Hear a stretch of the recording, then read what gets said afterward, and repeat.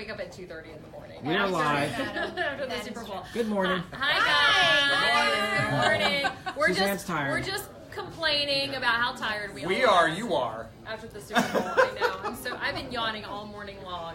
But we're gonna get some happiness here. Andrea and Lee and Lely are here from Spread Happy to continue the conversation about relationships. So all this month we're talking about relationships because it's February, and what do you talk about in February? Relationships and love.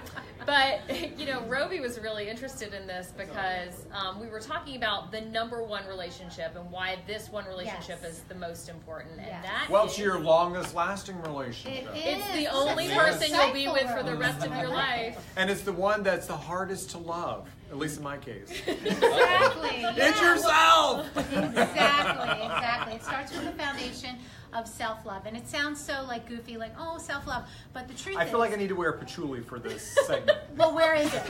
Where are your beads, for God's sake? Right? But it has some validity to it. It absolutely has some validity because we can't get it from outside of us. That's not where it is. It's just like Suzanne. I could walk in and say, Suzanne, you look so gorgeous. You're amazing, blah, blah, blah. But if you don't feel amazing, it doesn't matter how many times I tell you. Just I don't feel amazing. But she does like to hear that.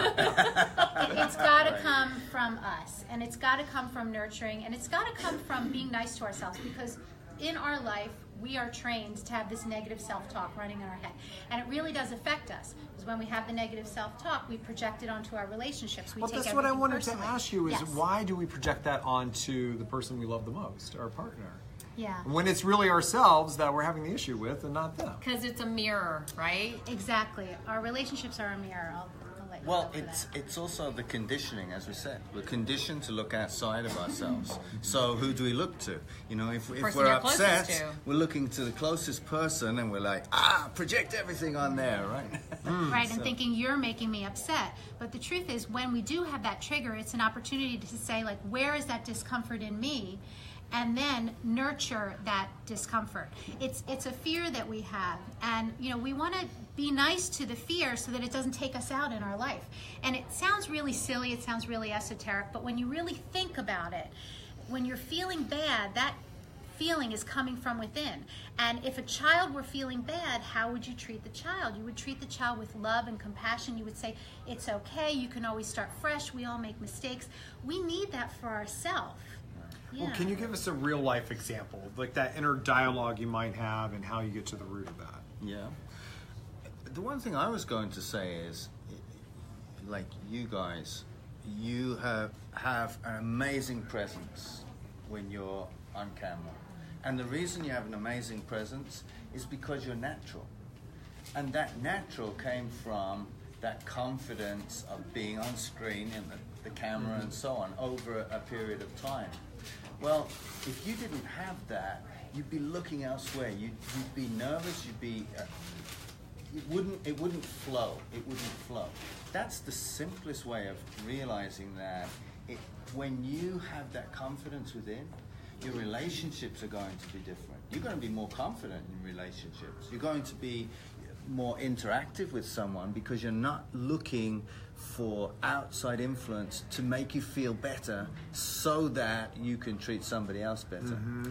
If you don't have it within, there is no possibility of you being able to give it to somebody else. It's so funny. I posted something on my Instagram page the other day that the greatest gift you can give someone that you love is your own personal development, which I feel is so true, because 100%. When you change, the relationship changes. Absolutely. And so the only thing we can be responsible for is ourselves. Exactly. Exactly. Well, look, okay. Yeah. This sounds all great. But I know what's going to happen, at least for me. I'm going to be angry if my partner didn't do something. Right. And I'm going to be like, okay, stop, think. This is more about me. What is this saying about me? I have no clue what it's saying about me. So how do you dig deeper and try and get to more of the root? Yeah. My answer, I apologize. My answer would be to make this absolute priority. So rather than getting angry with your partner and then thinking, okay, how can I deal with this and so on, really just focus on yourself initially. Again, it's like the oxygen mask, the age-old thing when you put the oxygen on yourself. It's not that easy to figure out what's going on. At least not with all the voices in my head. I was just thinking that. I was just thinking that. It is very busy up here. Yeah. I mean, is that true for most people? Isn't it difficult to Yeah. figure out what's really Sure. going on? And again, what Lee said, it's because we're conditioned to believe that that's making me upset. So because we're conditioned to believe it, it feels very real to us. So for me, that's an opportunity to say, like, okay, what is this triggering within me? Well, it's triggering disappointment. Okay, so again, I use the example of a child because we know how to have compassion for a child. If you're one She of doesn't your want to say children- inner child because I yelled at her. Yeah. If your child, you have 2 kids, if one of them came to you and said, I'm feeling really disappointed, you would say, you know what, it's okay. It's okay because you don't have to be disappointed. You can feel that feeling, but you'll be okay. There's always tomorrow. There's another chance. That you would give the child compassion. It's not that there's like an answer to fix it, but there's that compassion that you would give to a child so that the child would know that there's other opportunities. Everything's okay. You want to give that to yourself because when we're feeling upset with somebody else, we don't want to feel upset. But if we give compassion, like, you know what, it's okay to be disappointed, but I don't have to let that take me out. That's where it begins. That's where it begins. And it's a practice because we think everything that we want is outside of us. But I'll go back to the gas tank scenario. In order to drive our car, we've got to have a full gas tank. And if we don't have a full gas tank, we can't drive our car. We've got to fill ourselves up with that self-love first because we can't, it's not going to come from somebody else. Once we fill ourselves up, then we're full and then we're able to really give that love to everybody else. And it's just overflowing from us. It makes such a difference in all your relationships. I don't think a lot of people understand what it means or how to create that self-love. I mean, Exactly. what are some of the best ways, like tangible things that people can do to start to really like take care of themselves and really feel that love for themselves? It that is total suffocation, immersion in loving, just like you would love a 5-year-old child. Just completely throwing love, self-love, and compassion. Just literally, in terms I hear this. I know. And I feel like at some point you need some tough love too. Well, again, You know, get off that couch. It's not okay that you're just sitting in the Right. couch. It's, you know, it's 2 p.m. and you're Yeah. still in your pajamas. All right, that's not okay. How do you deal with that, Eric? I don't know. Well, just like you would give a child that's not boundaries. self-love, just sitting on the couch and binge Right. watching Netflix. I mean, that's not self-love. That's torture. I mean, Yeah. self-love is getting off the couch and going for a walk or Right. taking care of yourself or eating healthy. I think that's But self-love. what if you're too busy and over you need just- binge slowdown? yeah, that you could do. be self-love. That's a different way of taking care of yourself too. Yeah, I mean, Which, if you again, need my to problem. shut off, that's fine. But you also, self-love is also really Right. taking care of yourself, Absolutely. right? And just like you would give a child boundaries, you've got to give yourself boundaries. So it's not carte blanche. No, it's honestly how you. And it's not drinking that whole bottle. Yeah, right? That's real fresh everything. But again, Right. remember that you said, what is one key, right? So we're trying to almost deal with all relationships all Right. at once. But one key is absolute category 1 is go for that self-love. So loving yourself and giving yourself permission to have that within. So we're talking about like late at night, you know, in like self-hypnosis, just allow yourself, imagine, we always say about the love tanks. Yes, You yes. imagine these love tanks within you and you imagine them filling up. All this, you see, our mind thinks in terms of symbols. So it doesn't make any sense logically. But when you go into Because using when I hear love symbolic- tanks, I'm thinking of something else. Right, exactly. Well, course you are. we can use a different word for it. I get the idea. It's whatever I works get for the, yeah, you. whatever works. Yeah. Family show. Family show. Family show. But Not here's- Facebook. Facebook is a whole swear. no holds barred, But right? Right. here's the thing, it is esoteric, but remember, everything that we feel is coming from our mind. So when you think about it that way, it's got to start from picturing these images because that's where all the crap's happening. Pardon the word crap, but that's where it's all happening. It's all happening here. So it's got to start with what is my self-talk to myself? What am I saying to myself? What's my inner dialogue? If my inner dialogue is, I'm not good enough, I'm not worthy, I'll never be pretty enough, I'll never get that job, that will continue into, that's empty. That's empty. And we want to start from a place of fullness so that then we can go and have prosperous relationships, and then we'll meet other people who are on the same path, who are filling up their own tank, and then you can have an amazing relationship.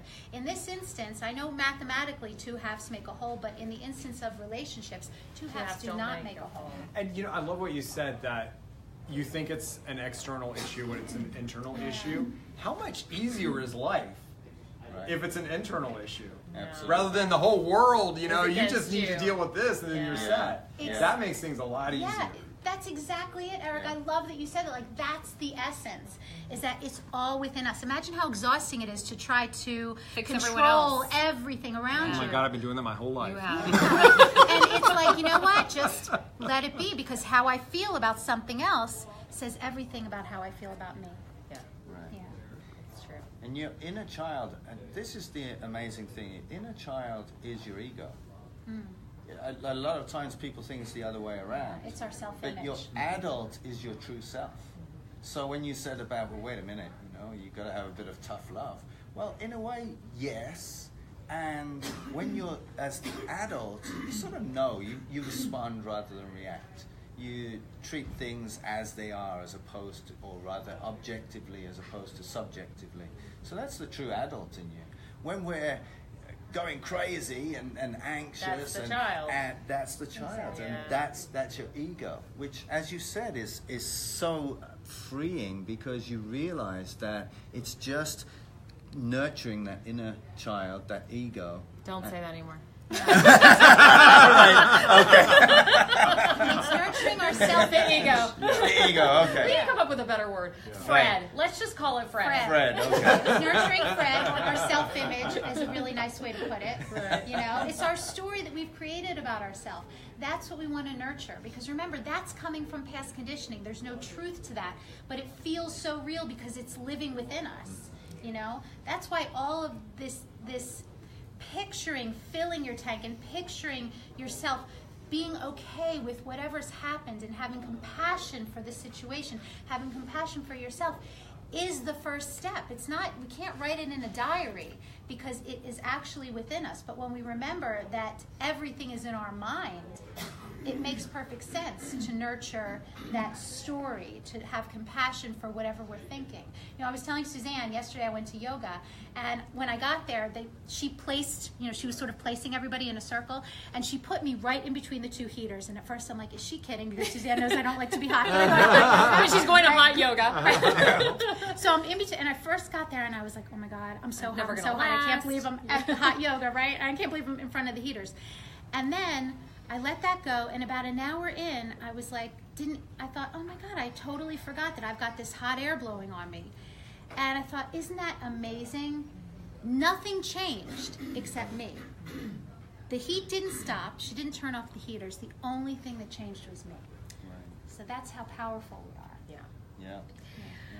So next week, what are we talking about? Relationships. Wait, we're not done? We haven't graduated?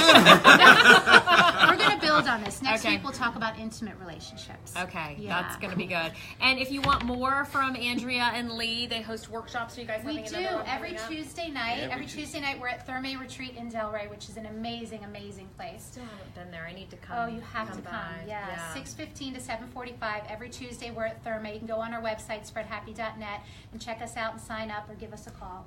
All right. Well, Yeah. thank you guys. Thank Any you. final words? Fill up those love tanks. And calm the inner child. And have compassion for yourself. That's the key. All right. Thanks, Andrea. Oh, We really thank appreciate you. it. All right, Ruby. Good job. Good job. Yes, good job, I think Ruby had a breakthrough. All right. If you have any questions him a or trophy. comments, leave them at the bottom, and Andy or Lee will get back to you. All right. absolutely. Thanks, guys. Thank Have a good you. day. Thank you.